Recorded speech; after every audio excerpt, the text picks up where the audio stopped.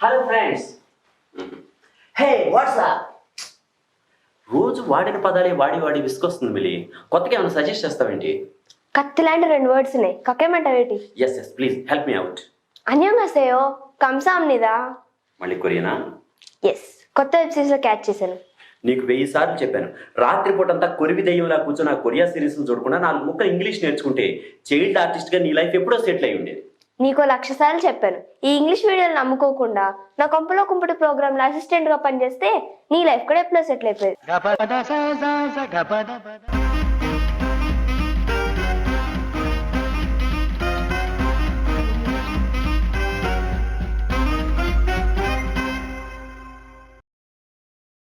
Hello hi, welcome to Sridhar tells it channel. So intro ఎపిసోడ్లో చెప్పినట్టు సాధ్యమైనంత త్వరగా మా వ్యూయర్స్ చకచక గడగడ ఇంగ్లీష్ మాట్లాడేట్టు చేయటం మా లక్ష్యం. సో ఆల్రెడీ మనం ఇంగ్లీష్ ఆల్ఫాబెట్ అంటే ఇంగ్లీష్ లెటర్స్ని ఎలా పలకాలి, అలాగే ఇంగ్లీష్ నంబర్స్ని ఎలా ప్రొనౌన్స్ చేయాలి అన్న వీడియోస్ చూసాం. సో ఇప్పటి నుంచి మనం ఇంగ్లీష్ సెంటెన్సెస్ అంటే వాక్యాలు మొదలెట్టబోతున్నాం. మనం ఒక కస్టమర్ కేర్ ఎగ్జిక్యూటివ్తో టెలిఫోన్లో మాట్లాడేటప్పుడు వాడాల్సినటువంటి వాక్యాలు కొన్ని ఉంటాయి. అలాగే ఒక షాపింగ్ మాల్కి వెళ్ళినప్పుడు ఏదైనా కొనేటప్పుడు వాడాల్సినటువంటి పదాలు కొన్ని ఉంటాయి. లేదు ఒక స్కూల్కి వెళ్ళినప్పుడు, ఒక కాలేజ్కి వెళ్ళినప్పుడు, ఒక హాస్పిటల్కి వెళ్ళినప్పుడు, ఇలా రకరకాల సందర్భాలు ఉంటాయి. ఆ ఒక్కొక్క సందర్భాన్ని కవర్ చేసే విధంగా మనం రకరకాల సెంటెన్సులు తర్వాత వీడియోలో చూడబోతున్నాం. కానీ ఈ రోజు వాడేటువంటి సెంటెన్సులు ఏంటంటే పర్టికులర్గా ఒక సందర్భం అని కాకుండా రోజు మొత్తం మీద కొన్ని 100 సార్లు వాడటానికి వీలైనటువంటి చాలా కామన్ ఎక్స్ప్రెషన్స్ అవి. మన first sentence, thank you so much. Thank you so much. ఇందులో 4 వర్డ్స్ ఉన్నాయి, థ్యాంక్ యూ సో మచ్. ఇందులో కీవర్డ్ ఏంటి? Thank you so much. So ఏ వర్డ్ని నేను స్ట్రెస్ చేస్తున్నాను? So. Thank you so much. మనం తెలుగులో చెప్పినప్పుడు కూడా ఒక ఫ్రెండ్కి థ్యాంక్స్ చెప్పేటప్పుడు చాలా చాలా థ్యాంక్స్ రా అంటాం మనం. అంటే థ్యాంక్స్ అనేది ఆల్రెడీ మనం చెప్తాము అని అతను ఎక్స్పెక్ట్ చేస్తున్నాడు. సో అది కీవర్డ్ కాదు. చాలా చాలా థ్యాంక్స్ అన్నప్పుడు ఆ చాలా అనేటువంటిది ఆ వాక్యం మొత్తానికి కీవర్డ్ అవుతుంది. సో ఇంగ్లీష్లో కూడా మనం థ్యాంక్ యూ సో మచ్ అని చెప్తాం. ఇక్కడ మీరు ఇంకొక విషయం గమనించినట్లయితే థ్యాంక్ యూ సో మచ్ అనేటువంటి దాంట్లో థ్యాంక్ అనేది పలికినంత స్పష్టంగా యూ అనే పదాన్ని పలకట్లేదు. నేను థ్యాంక్ యూ సో మచ్ అనట్లేదు, thank you so much, thank you so much. అంటే యూ అనేటువంటి దాన్ని సాధ్యమైనంత త్వరగా స్కిప్ చేసి తర్వాత వర్డ్కి వెళ్ళిపోతున్నాను నేను. ఎందుకు అంటే ఇంగ్లీష్ సెంటెన్సెస్ మాట్లాడేటప్పుడు అందులో ఉండేటువంటి సర్వనామాలు, ప్రొనౌన్స్ అంటే హీ, షీ, ఇట్, దే ఇలాంటి సర్వనామాలు ఏవైతే ఉన్నాయో వాటిని సాధ్యమైనంత తక్కువ ఫోర్స్తో చాలా స్పీడ్గా పలికి నెక్స్ట్ వర్డ్కి వెళ్ళిపోతూ ఉంటాం మనం. సో ఒక సెంటెన్స్లో ఒకటే కీవర్డ్ ఉందనుకున్నప్పుడు మిగతా పదాలను సాధ్యమైనంత త్వరగా పలికి వీలైనంత స్పీడ్గా ఆ కీవర్డ్ దగ్గరికి వెళ్ళిపోవడానికి ప్రయత్నం చేస్తాం మనం. Thank you so much, thank you so much. So మన next sentence, excuse me. Excuse me ఎలా పలుకుతున్నాను నేను? ఎక్స్క్యూజ్ మీ అనట్లేదు, ఎక్స్క్యూజ్ మీ. అంటే ఎక్స్క్యూజ్ అనేటువంటి పదంలో ఎక్స్ ఎక్స్ అనేటువంటిది వీక్ సౌండ్తోను, క్యూజ్ అనేటువంటిది స్ట్రాంగ్ సౌండ్తోను ప్రొనౌన్స్ చేస్తున్నాను నేను. సో ఇందులో మనం 3 పార్ట్లు ఉన్నాయనుకుంటే ఎక్స్, క్యూజ్, మీ. సో ఎక్స్ని తక్కువ ఫోర్స్తో పలుకుతున్నాం, క్యూజ్ అనే దాన్ని ఎక్కువ ఫోర్స్తో పలుకుతున్నాం, మళ్ళీ మీ అనేటువంటి దాన్ని తక్కువ ఫోర్స్తో పలుకుతున్నాం. Excuse me, excuse me. ఏదైనా ఒక సందర్భంలో ఆల్రెడీ ఒక యాక్టివిటీ జరుగుతున్నప్పుడు మనం అక్కడికి ఎంటర్ అయ్యి ఆ యాక్టివిటీని డిస్టర్బ్ చేస్తున్నాము అనుకున్నప్పుడు, అదొక బోర్డు మీటింగ్ కానివ్వండి, ఒక క్లాస్ రూమ్ కానివ్వండి, అలాంటి సందర్భాల్లో ఎక్స్క్యూజ్ మీ అనేటువంటి మాట ఉపయోగిస్తాం. అలాగే ఎవరైనా ఏదైనా మాట్లాడుతున్నప్పుడు మనం మధ్యలో అడ్డు తగిలి మనం ఏదైనా చెప్పాలనుకున్నాం, అలాంటప్పుడు కూడా మనం ఎక్స్క్యూజ్ మీ అనేటువంటి ఎక్స్ప్రెషన్ ఉపయోగిస్తాం. అండ్ మనం ఒక షాప్కి వెళ్ళాం, సేల్స్ మెన్ వేరే వాళ్ళతో బిజీగా ఉన్నాడు. సో తన అటెన్షన్ డ్రా చేయడం కోసం ఎక్స్క్యూజ్ మీ అని చెప్పి అనొచ్చు మనం. సో మనం ఒక బస్సులోను, ట్రైన్లోను ట్రావెల్ చేస్తూ ఉన్నప్పుడు మనం కూర్చోడానికో మన సామాను పెట్టుకోవడానికో మనకు కొంత స్పేస్ కావాలి అనుకున్నప్పుడు ఆ పక్కన ఉన్నటువంటి వాళ్ళని రిక్వెస్ట్ చేస్తాం మనం, excuse me, would you mind moving a bit అని అడుగుతాం. సో ఈ ఎక్స్క్యూజ్ మీ అనేటువంటి ఎక్స్ప్రెషన్ని చాలా చాలా సందర్భాల్లో వాడటానికి అవకాశం ఉంటుంది. కానీ థ్యాంక్ యూ, సారీ ఇలాంటి కామన్ ఎక్స్ప్రెషన్స్ వాడినంత ఫ్రీక్వెంట్గా మనం దీన్ని ఉపయోగించాం. మనకి ఎవరైనా ఒక సహాయం చేశారు, జనరల్గా ఏం చెప్తాం మనం? థ్యాంక్స్ అంటాం. లేదా మనం ఇందాక చూసినట్టు థ్యాంక్ యూ సో మచ్ అని చెప్తాం. అంతకన్నా ఒక సాఫిస్టికేటెడ్ అండ్ రిఫైన్డ్ ఎక్స్ప్రెషన్ ఏంటంటే I really appreciate that. I really appreciate that. చూడండి, ఈ సెంటెన్స్లో ఉన్నటువంటి ప్రతి వర్డ్లోనూ మనం తెలుసుకోదగినటువంటి ఒక కొత్త విషయం ఉంది.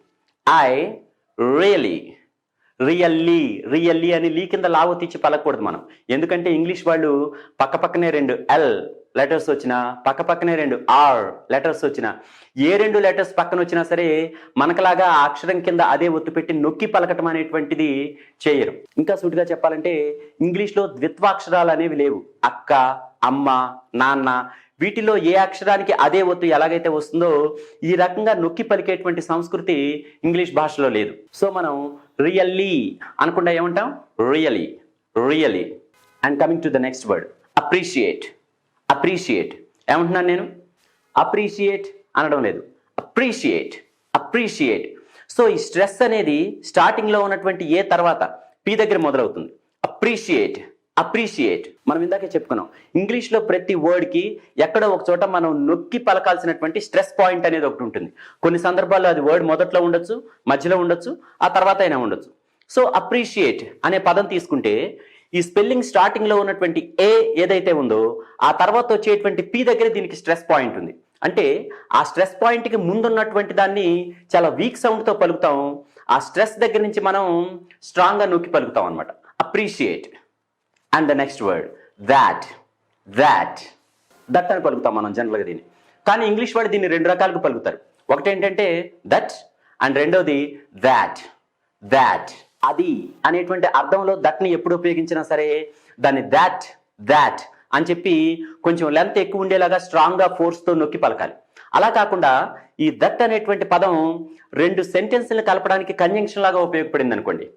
I said that he would come. I said that he would come. I said he would come అనేటువంటి ఈ 2 పార్టుల్ని కలిపేటువంటి కంజంక్షన్ లాగా దట్ ఇక్కడ పనిచేస్తూ ఉంది. మనం తెలుగులో చూసినట్టయితే I said నేను చెప్పాను, he would come అతను వస్తాడు. I said he would come నేను చెప్పాను అతను వస్తాడు. మధ్యలో దట్ పెట్టామనుకోండి, I said that he would come అతను వస్తాడని నేను చెప్పాను. వస్తాడు అన్నమాట వస్తాడని అవటానికి కారణం ఈ దట్. అని అనేటువంటి సౌండ్ తెలుగులో ఏదైతే ఉందో దానికోసం మనం ఇంగ్లీష్లో దట్ అనేటువంటి వర్డ్ని వాడాం. సో ఇలాంటి సందర్భాల్లో అంటే 2 క్లాజుల్ని ఈ దట్ అనేది కంజంక్షన్ లాగా కలుపుతున్నప్పుడు అది దట్ యొక్క వీక్ ఫామ్. అంటే దాన్ని మనం స్ట్రెస్ చేసి పలకాల్సిన అవసరం లేదు. సో మనకి ఎవరైనా ఒక హెల్ప్ చేసినప్పుడు మనం ఈ రకంగా రెస్పాండ్ అవ్వచ్చు, ఐ రియల్లీ అప్రిషియేట్ దాట్ అని చెప్పి. అలా కాకుండా సహాయం చేస్తాను అని ఆఫర్ చేసిన సందర్భాల్లో కూడా వాడటానికి వీలైనటువంటి ఎక్స్ప్రెషన్ ఇది. సో ఈసారి అవకాశం వచ్చినప్పుడు థ్యాంక్ యూ అని సరిపెట్టకుండా ఐ రియల్లీ అప్రిషియేట్ దట్ అనడానికి ట్రై చేయండి. And the next one and very interesting one, I'm sorry. I'm sorry. ఇది చూడటానికి చాలా చాలా చాలా సింపుల్ సెంటెన్స్ లాగా కనిపించవచ్చు. ఎందుకంటే ఇంగ్లీష్లో ఏమాత్రం ప్రవేశం లేని వాళ్ళు, ఇంగ్లీష్ ఏమాత్రం రాని వాళ్ళు కూడా కొన్ని వందల సందర్భాల్లో వాడుంటారు ఈ పదాన్ని. దీని గురించి కొత్తగా తెలుసుకోవడానికే ఉంది. ఐఆమ్ సారీ అనడానికి అవకాశం వచ్చిన ప్రతిసారి ఆ ఎక్స్ప్రెషన్ ఉపయోగిస్తూనే ఉంటాం అని మీరు అనుకుంటున్నారు, అవునా? ఇంగ్లీష్ నేర్చుకుంటున్న చాలా మందిని నేను ఈ ప్రశ్న అడుగుతాను, తెలుగులో ఐఆమ్ సారీ అంటే అర్థం ఏంటి అని. వాళ్ళు ఏం చెప్తారో తెలుసా? నన్ను క్షమించు అని చెప్తారు. కరెక్టేనా? Surprisingly the answer is no. I am sorry అంటే నన్ను క్షమించు అని అర్థం కాదు. నేను, యామ్ ఉన్నాను, సారీ బాధపడుతూ. సారీ అంటే క్షమించడం కాదు, బాధపడటం. మీరు సినిమాల్లో కొన్ని సీన్స్లో గమనించి ఉంటారు, ఎవరైనా చనిపోతారు, వాళ్ళని పరామర్శించడానికి వెళ్ళిన వాళ్ళు ఐఆమ్ సారీ అంటారు. ఐఆమ్ సారీ అంటే నన్ను క్షమించు అనేది అర్థమైతే ఆ సందర్భంలో అది ఎలా యాప్ట్ అవుతుంది? కాదు. నిజానికి ఆ సందర్భంలో ఆ మాట చెప్పిన అతని ఉద్దేశం ఏంటి? నువ్వు నీకు కావలసినటువంటి ఒక వ్యక్తిని కోల్పోయినందుకు నీతో పాటు నేను కూడా బాధపడుతున్నాను అని.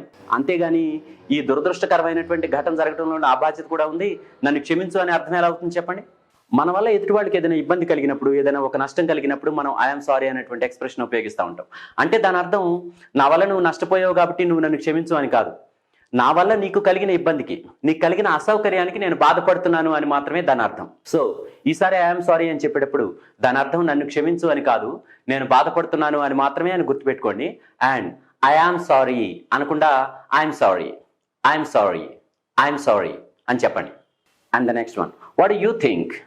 What do you think? What do you think? ఇందులో నేను ఏ వర్డ్ని పర్టికులర్గా స్ట్రెస్ చేస్తున్నాను చెప్పండి? What do you think? You అనేటువంటి మాటని స్ట్రెస్ చేస్తున్నాను. వాట్ డు యూ థింక్ అంటే నువ్వేమనుకుంటున్నావు అని. అంటే మనం ఏదైనా ఒక పని చేసినప్పుడు లేదా ఏదైనా ఒక వస్తువు కొనేటప్పుడు దీని గురించి నీ అభిప్రాయం ఏంటి అని పక్క వాళ్ళని అడుగుతాం. సో అందులో భాగంగా వాట్ డు యూ థింక్ అని చెప్పి అడుగుతాం. నువ్వేమనుకుంటున్నావు? నేను ఆల్రెడీ ఇలా అనుకుంటున్నాను, లేదా పక్కన ఆయన ఇంకోలా అనుకుంటున్నాడు, ఈయన ఇంకోలా అనుకుంటున్నాడు, నువ్వేమనుకుంటున్నావు. ఇక్కడ నువ్వు అనేటువంటిది కీవర్డ్. అందుకే మనం వాట్ డు యూ థింక్ అని చెప్పి యూ అనేటువంటి వర్డ్ని పర్టికులర్గా స్ట్రెస్ చేసి పలుకుతున్నాం. And our next sentence is how does that sound. How does that sound. మనకు ఒక ఆలోచన వచ్చింది, మనం ఒక పని చేయాలనుకున్నాం, దాని మీద అవతల వాళ్ళ ఒపీనియన్ ఏంటి అన్నది కనుక్కోవాలనుకుంటున్నాం. సో అలాంటప్పుడు మనం ఈ ఎక్స్ప్రెషన్ వాడతాం, how does that sound. How does that sound, how does that sound. So మీరు గమనించినట్లయితే ఈ సెంటెన్స్లో హౌ డస్ దట్ సౌండ్ అనేటువంటి సెంటెన్స్లో హౌ అనేటువంటిది కీవర్డ్. అంటే నేను చెప్పిన ఆలోచన, నాకు వచ్చినటువంటి ఐడియా ఎలా ధ్వనిస్తుంది, ఇది సరైనది అనిపిస్తుందా కాదనిపిస్తుందా, నేను నీ ఒపీనియన్ తెలుసుకోవాలనుకుంటున్నాను అనేటువంటి సందర్భంలో హౌ డస్ దట్ సౌండ్ అని అంటాం మనం. ఈ సెంటెన్స్ మొత్తంలో హ్యావ్ అనేటువంటిది కీవర్డ్ అయితే దాని పక్కన ఉన్నటువంటి డస్ అనేటువంటిది వెరీ వెరీ వీక్ వర్డ్. ఎందుకంటే అది చేస్తున్నటువంటి ప్రత్యేకమైనటువంటి పని కానీ, అది అదనంగా ఇస్తున్నటువంటి ఇన్ఫర్మేషన్ కానీ లేదు. కేవలం గ్రామటికల్గా కరెక్ట్గా ఉండడానికి వీలుగా ఒక స్ట్రక్చర్ని ఫామ్ చేయడానికి ఇక్కడ డస్ అనేటువంటి హెల్పింగ్ వర్బ్ని వాడాను తప్ప దానివల్ల అదనంగా మనకు జరుగుతున్నటువంటి ఉపయోగం ఏం లేదు. అందుకే డస్ని చాలా స్పీడ్గా పలుకుతున్నాం చూడండి. How does that sound, how does that sound. మనం ఇందాక చెప్పుకున్నట్టు దాట్, అది, ఆ ఆలోచన, ఆ ఐడియా అనేటువంటి అర్థాన్ని ఇస్తున్నటువంటి దాట్ అనే దాన్ని లెంత్ ఎక్కువ చేసి దట్ అని సింపుల్గా తేల్చేయకుండా దాట్ అని పలుకుతున్నాం. హౌ డస్ దట్ సౌండ్, నాకు వచ్చిన ఆలోచన నీకు ఎలా అనిపిస్తుంది. ఇదే అర్థాన్ని ఇచ్చేటువంటి ఎక్స్ప్రెషన్స్ చాలా ఉంటాయి. ఇంకా what you feel about it, what you think about it. కానీ హౌ డస్ దట్ సౌండ్ అనేది పాష్గా సాఫిస్టికేటెడ్గా ఉంటుంది. So try to use it. Next sentence, that sounds great. ఇక్కడ మనం వేరే వాళ్ళని అడిగాం, ఈ ఆలోచన నీకు ఎలా అనిపించింది, హౌ డస్ దట్ సౌండ్ అని చెప్పి. లేదు వేరే వాళ్ళు మనల్ని అడిగారు, హౌ డస్ దట్ సౌండ్ అని చెప్పి. సో ఈ ఆలోచన చాలా బాగుంది, నీకు వచ్చినటువంటి ఆలోచన నాకు చాలా నచ్చింది అని చెప్పి మనం చెప్పాలనుకున్నాం. అప్పుడు దానికి యాప్ట్గా ఉండేటువంటి రెస్పాన్స్ ఏంటనమాట, that sounds great, that sounds great. మీరు ఈ వాక్యాన్ని గమనించినట్లయితే గ్రేట్ అనేటువంటి దాన్ని స్ట్రెస్ చేసి చెప్తున్నాం. ఎందుకని, ఈ సౌండ్ అనేటువంటి వర్డ్ ఆల్రెడీ క్వశ్చన్లో వచ్చింది. ఈ ఆలోచన నీకు ఎలా అనిపిస్తోంది, ఈ ఆలోచన ఎలా ధ్వనిస్తోంది అనేటువంటిది ఆల్రెడీ రిపీట్ అయింది. ఈ ఆలోచన చాలా గొప్పగా ఉంది, ఈ ఆలోచన కొత్తగా ఉంది, నీ ఆలోచన నాకు చాలా నచ్చింది అని మనం చెప్పాలనుకున్నప్పుడు దాట్ సౌండ్స్ అనేటువంటి రెండు కూడా వీక్ వర్డ్స్గా మారిపోయి మనం ఎడిషనల్గా ఇస్తున్నటువంటి ఇన్ఫర్మేషన్ ఏదైతే ఉందో గ్రేట్ అనేటువంటిది సెంటెన్స్లో కీవర్డ్గా మారుతుంది. That sounds great, that sounds great. And our next expression is never mind. Never mind అంటే మనం ఎవరితోనైనా ఏదైనా ఒక విషయం చెప్పాం, అది వాళ్ళకి సరిగా అర్థం కాక ఏంటి అని చెప్పి మళ్ళీ మనల్ని అడిగారు. కానీ ఆ విషయాన్ని రిపీట్ చేసేటువంటి ఉద్దేశం మనకు లేదు. అసలు ఆ విషయం వాళ్ళతో డిస్కస్ చేయకుండా ఉండాల్సింది, ఆ మాట అనకుండా ఉండాల్సింది అని చెప్పి మనం అనుకుంటున్న సందర్భాల్లో నెవర్ మైండ్ అనేటువంటి ఎక్స్ప్రెషన్ యూజ్ చేస్తాం మనం. ఈ ఎక్స్ప్రెషన్లో రెండే పదాలు ఉన్నాయి, నెవర్ మైండ్, నెవర్ మైండ్. ఇందులో నెవర్ అనేటువంటి దాన్ని స్ట్రెస్ చేసి మైండ్ అనేటువంటి దానికి వీక్ స్ట్రెస్తో చిన్నగా పలుకుతాం మనం. Never mind, never mind. నేను ఇప్పుడు నీతో ఏదైతే చెప్పానో దాని గురించి మర్చిపో, దాని గురించి మళ్ళీ మళ్ళీ డిస్కస్ చేసేటువంటి ఉద్దేశం నాకు లేదు అని చెప్పడం కోసం ఈ నెవర్ మైండ్ అనేటువంటి ఎక్స్ప్రెషన్ ఉపయోగిస్తాం మనం. నిజానికి నెవర్ మైండ్ అనేటువంటి ఎక్స్ప్రెషన్ని మనం చాలాసార్లు వెబ్ సిరీస్లో కానివ్వండి, సినిమాల్లో కానివ్వండి, ఈవెన్ తెలుగు సినిమాల్లో కూడా మనం చాలాసార్లు చూసుంటాం. కానీ I'm sorry, thank you so much ఇలాంటి ఎక్స్ప్రెషన్స్ ఉపయోగించినంతగా నెవర్ మైండ్ అనేటువంటి ఎక్స్ప్రెషన్ మనం ఉపయోగించాం. సో ఈసారి when you get the opportunity ఇలాంటి ఎక్స్ప్రెషన్ ఉపయోగించాల్సిన సందర్భం వచ్చినప్పుడు తప్పకుండా వాడండి never mind. And our next expression is what does it mean.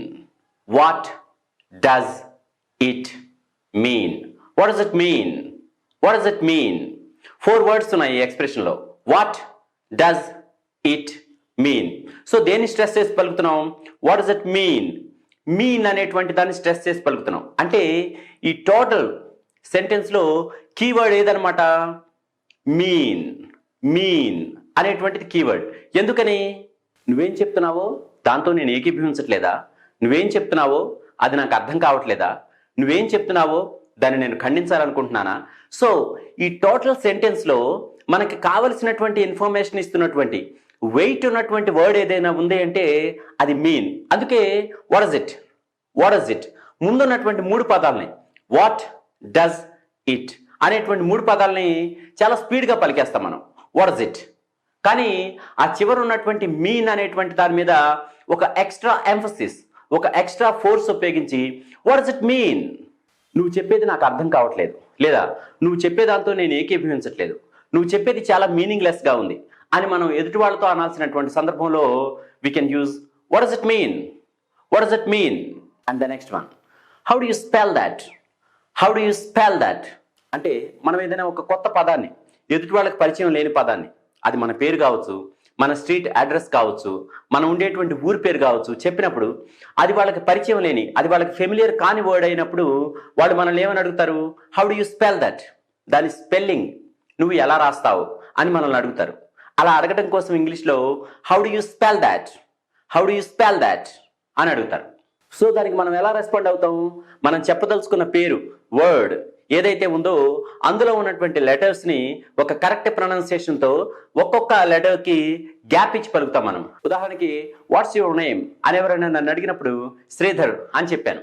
వాళ్ళకి ఆ పేరు ఫెమిలియర్ కాకపోవడం వల్ల, వాళ్ళు వేరే స్టేట్ వాళ్ళు, వేరే కంట్రీ వాళ్ళు అయి ఉండడం వల్ల వాళ్ళు have do you spell that అని నన్ను అడిగారు అనుకోండి, అది కస్టమర్ కేర్ ఎగ్జిక్యూటివ్ కావచ్చు, ఇంకెవరైనా కావచ్చు. అడిగినప్పుడు నేనేం చెప్తాను, SRIDHAR అని చెప్తాను. సో మనం ఒక పదాన్ని విన్నప్పుడు ఆ పదాన్ని తప్పు లేకుండా కరెక్ట్గా రాయాలి అనుకున్నప్పుడు, ఆ స్పెల్లింగ్ని ఎదుటి వాళ్ళతో చెప్పించాలి అని చెప్పి మనం అనుకున్నప్పుడు చాలా సందర్భాల్లో మనం అడగడానికి ఆస్కారం ఉన్నటువంటి క్వశ్చన్ ఇది, how do you spell that, how do you spell that. ఆ తర్వాత expression how can I help you, how can I help you, how can I help you. So ఇందులో ఈ సెంటెన్స్లో how can I help you అనేటువంటి 5 wordsలో keyword ఏదని మీరు అనుకుంటున్నారు, help. Help, నేను మీకు ఏ విధంగా సహాయపడగలను, నేను మీకు ఏ విధంగా సహాయపడగలను. ఏదైనా ఇన్ఫర్మేషన్ కోసం మనం టోల్ ఫ్రీ నెంబర్స్కి ఫోన్ చేసినప్పుడు మనం చాలాసార్లు ఈ క్వశ్చన్ వినుంటాం, how can I help you, how can I help you. ఇందులో హౌ కెన్ ఐ యూ అనేటువంటి 4 పదాలు పెద్దగా ఇంపార్టెంట్ కాదు. ఈ టోటల్ సెంటెన్స్లో ఉన్నటువంటి కీవర్డ్ ఏంటంటే హెల్ప్, హెల్ప్. అందుకే మనం ఎలా పలుకుతున్నాం, how can I help you, how can I, how can I, how can I అనేటువంటి 3 పదాలని ఒకే పదంలాగా మార్చి చాలా క్రిస్పీగా, ఫాస్ట్గా how can I, how can I help you, help you. అలాగే యూ విషయంలో కూడా మనం చెప్పుకున్నాం, యూ అనేది ఒక ప్రనౌన్, దానికి ఏ సెంటెన్స్లోనే పెద్దగా వెయిట్ ఉండదు. సో హెల్ప్ యూ అని విడివిడిగా స్పష్టంగా పలకుండా help you, how can I help you, how can I help you, నేను మీకు ఏ విధంగా సహాయపడగలను అని అడుగుతాం మనం. సో మనం నేర్చుకుంటున్న తర్వాత expression I'll be with you in a moment, I'll be with you in a moment, I will be with you in a moment. ఈ సెంటెన్స్లో మొత్తం 8 words ఉన్నాయి. I will be with you in a moment, మొత్తం 8 words ఉన్నాయి ఈ సెంటెన్స్లో. ఈ మొత్తంలో keywords ఏంటి అంటే be and moment. I'll be with you in a moment, I'll be with you in a moment, I will అనేటువంటి రెండింటిని కలిపి ఐల్, ఐల్ అని పలుకుతున్నాను నేను. చూసారా, ఈ చివరిలో డార్క్ ఎల్ పలుకుతుంది, అంటే ఐ విల్, విల్ అనకుండా ఐల్, ఐల్. ఎల్ అనేటువంటి సౌండ్ని డిఫరెంట్గా పలుకుతున్నాను. మనం ఆల్రెడీ ఆల్ఫాబెట్ గురించి డిస్కస్ చేసినప్పుడు చెప్పుకున్నాం, ఒక వర్డ్ చివరి వచ్చేటువంటి ఎల్ని డార్క్ ఎల్ అంటారు, ఎల్, ఎల్ అనేటువంటి సౌండ్తో పలుకుతాం మనం దాన్ని. సో ఐ విల్ అనేటువంటి రెండింటిని కలిపేసి ఐల్, ఐల్ అనేటువంటి ఒకే పదంగా మారుస్తున్నాం. This is called contraction. Contraction అంటే దగ్గరికి చేర్చడం, కంప్రెస్ చేయటం, 2 పదాలను కలిపి ఒకే పదంగా మార్చడం. ఎందుకని, ఎవరో మన ప్రెజెన్స్ని ఎక్స్పెక్ట్ చేస్తున్నారు, అంటే మనం వాళ్ళతో ఉండాలని, వాళ్ళ దగ్గరికి వెళ్ళాలని వాళ్ళు ఆశిస్తున్నారు. మనం వెళ్ళటానికి కొంచెం టైం ఉంది. అలాంటి సందర్భంలో మనం ఏం చెప్తున్నాం, ఒక క్షణం టైం ఇవ్వు, నేను నీ దగ్గరికి వస్తాను అని చెప్పాలనుకుంటున్నాం మనం. So I'll be with you in a moment, I'll be with you in a moment, ఒక క్షణం టైం ఇస్తే నేను నీ దగ్గర ఉంటాను అని చెప్పాలనుకుంటున్నప్పుడు బీ, మూమెంట్ అనేటువంటి 2 words ఈ టోటల్ సెంటెన్స్లో కీవర్డ్స్గా మారుతాయి. మిగతా వాటన్నిటిని మనం కంప్రెస్ చేసి చాలా స్పీడ్గా పలికేస్తాం అనమాట. And the last one, I'll call you back. I'll call you back. I will call you back. I'll call you back. మనకి ఎవరైనా ఫోన్ చేశారు, మనం ఆ క్షణంలో చాలా బిజీగా ఉన్నాం. సో మనం ఆ కాల్ అటెండ్ అయ్యి నేను ఈ పనిలో బిజీగా ఉన్నాను, నేను మళ్ళీ కాసేపు ఆగి నీకు ఫోన్ చేస్తాను అని చెప్పి మనం చెప్పాలనుకున్నాం. సో జనరల్గా మనం ఏం చేస్తామంటే ఈ విషయాన్ని మెసేజ్ రూపంలో వాళ్ళకి కన్వే చేస్తాం. I'll call you back, I'll call you lighter అని చెప్పి మనం కన్వే చేస్తాం. లేదు మనం కాల్ అటెండ్ అయ్యి వాళ్ళకి ఈ విషయం డైరెక్ట్గా చెప్పాలనుకుంటే కనుక I'll call you back, I'll call you back అని చెప్తాం. కానీ మీరు చూసినట్లయితే ఐల్ కాల్ ఈ రెండు ఇంపార్టెంట్ కాదు. ఐల్ కాల్ యూ బ్యాక్, నేను తిరిగి నేనే ఫోన్ చేస్తాను నీకు, నేను ఫ్రీ అయిన తర్వాత నేను నీకు కాల్ చేస్తాను అని చెప్పాలి అంటే ఐల్ కాల్ యూ బ్యాక్. నువ్వు చేసిన కాల్ని నేను అటెండ్ అవ్వలేకపోవచ్చు, కానీ నేను మళ్ళీ నీకు తిరిగి కాల్ చేస్తాను అనేటువంటి అర్థాన్ని ఇచ్చేటువంటి word back. So I'll call you back, I'll call you back, I'll call you back అని చెప్పి బ్యాక్ అనేటువంటి లాస్ట్ వర్డ్ ఏదైతే ఉందో దాన్ని స్ట్రెస్ చేసి పలుకుతాం మనం. సో ఈ సెంటెన్స్ మొత్తంలోకి కీవర్డ్ ఏంటంటే back, I'll call you back. నేను ఆల్రెడీ గతంలో అప్లోడ్ చేసినటువంటి ఇంట్రో వీడియోలో చెప్పాను, మనం ఎప్పుడైతే కొన్ని పదాలను సరిగ్గా పలకలేకపోతామో ఆ పదాలు అవతల వాళ్ళకి అర్థమవుతాయి మనం తప్పుగా పలికినా సరే. కానీ ఆ పదాలని కరెక్ట్గా ఎవరైనా పలికినప్పుడు దాన్ని మనం అర్థం చేసుకోలేకపోతాం. దాన్ని మనం అలా అర్థం చేసుకోలేనప్పుడు ఏం జరుగుతుంది, మనం ఎక్కువ ఇంగ్లీష్ విని అర్థం చేసుకోలేనప్పుడు మనం ఎక్కువగా ఇంగ్లీష్ మాట్లాడేటువంటి అలవాటు కూడా మనకు తగ్గిపోతూ ఉంటుంది. సో మనకి ఈ రోజున ఓటీటీ ప్లాట్ఫామ్స్ రూపంలో బోల్డ్ అని వెబ్ సిరీస్లు, సినిమాలు అందుబాటులో ఉన్నాయి. మనం సాధ్యమైనంత ఎక్కువగా ఇంగ్లీష్ని విని దాన్ని అర్థం చేసుకోగలిగినప్పుడు మనం అదే ఫ్లోలో చాలా ఎక్కువగా ఇంగ్లీష్ మాట్లాడగలుగుతాం. కానీ ఆ పదాలకు ఉన్నటువంటి కరెక్ట్ ప్రొనౌన్సియేషన్ ఏంటి అని మనకు తెలిసినప్పుడు వాళ్ళు ఏం మాట్లాడుతున్నారో మనకు అర్థమవుతుంది. వాళ్ళు మాట్లాడేది మనకు అర్థమైనప్పుడు వినడం ద్వారా మాత్రమే మనం మాట్లాడగలుగుతాం. మన మాతృభాష ఇలాగే నేర్చుకున్నాం. మనకు అర్థమైనా కాకపోయినా మన చుట్టుపక్కల ఉన్నటువంటి వాళ్ళందరూ రకరకాల మాటలు మనతో మాట్లాడుతూ ఉంటారు. అవన్నీ విని విని గ్రాడ్యువల్గా మనం కూడా మాట్లాడటం మొదలెట్టాం. సో ఇదే మెకానిజం ఇంగ్లీష్ విషయంలో కూడా జరగాలంటే మనకి అర్థమయ్యేటువంటి భాష సాధ్యమైనంతగా మన చెవుల్లో పడతా ఉండాలి. అది ఎప్పుడు సాధ్యమవుతుంది, ఏ పదాన్ని ఎలా ప్రొనౌన్స్ చేయాలి అనేటువంటి విషయం మనకు తెలిసినప్పుడు, మనం మాట్లాడినా మాట్లాడకపోయినా ఎదుటి వాళ్ళు మాట్లాడింది మనకు అర్థమవుతున్నప్పుడు మనకు తెలియకుండానే మన లాంగ్వేజ్ స్కిల్స్ ఇంప్రూవ్ అవుతా పోతుంది. సో మన మాతృభాష విషయంలో ఏ ఫార్ములా అయితే మనకు ఉపకరించిందో అదే ఫార్ములా ఇంగ్లీష్ విషయంలో కూడా అప్లై అవుతుంది. మనకు అర్థమైనా కాకపోయినా ఆ పదాల మీనింగ్ మనకు తెలిసినా తెలియకపోయినా ఒక కరెక్ట్ ప్రొనౌన్సియేషన్తో మన చుట్టుపక్కల ఉన్నటువంటి వాళ్ళు రకరకాల మాటలు మాట్లాడుతున్నప్పుడు మనకు తెలియకుండానే మన బ్రెయిన్ ఆ నాలెడ్జ్ని ఇంబైబ్ చేసుకుంటూ ఉంటుంది.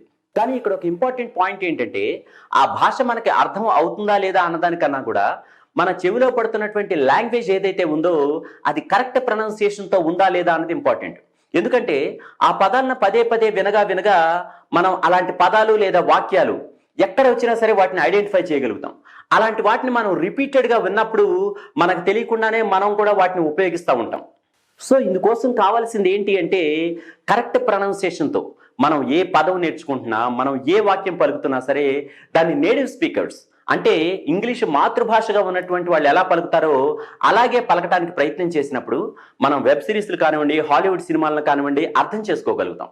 So plenty of listening material మనకు అందుబాటులోకి వస్తుంది. వచ్చినప్పుడు మనకు తెలియకుండానే మన లాంగ్వేజ్ ఇంప్రూవ్ అవుతుంది.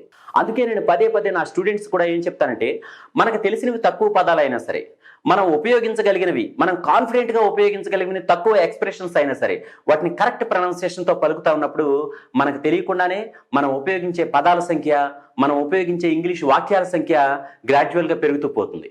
సో మీరు కూడా మీ లాంగ్వేజ్ స్కిల్స్ని ఇంప్రూవ్ చేసుకోవడానికి ఈ వీడియో మీకు ఉపయోగపడుతుందని నేను ఆశిస్తాను. And one more thing, Sridhar tells channel subscribe చేయండి. ఈ వీడియో మీకు నచ్చితే లైక్ కొట్టండి. And regular updates and notifications కోసం బెల్ ఐకాన్ని ప్రెస్ చేయడం మర్చిపోకండి. See you soon. బాయ్.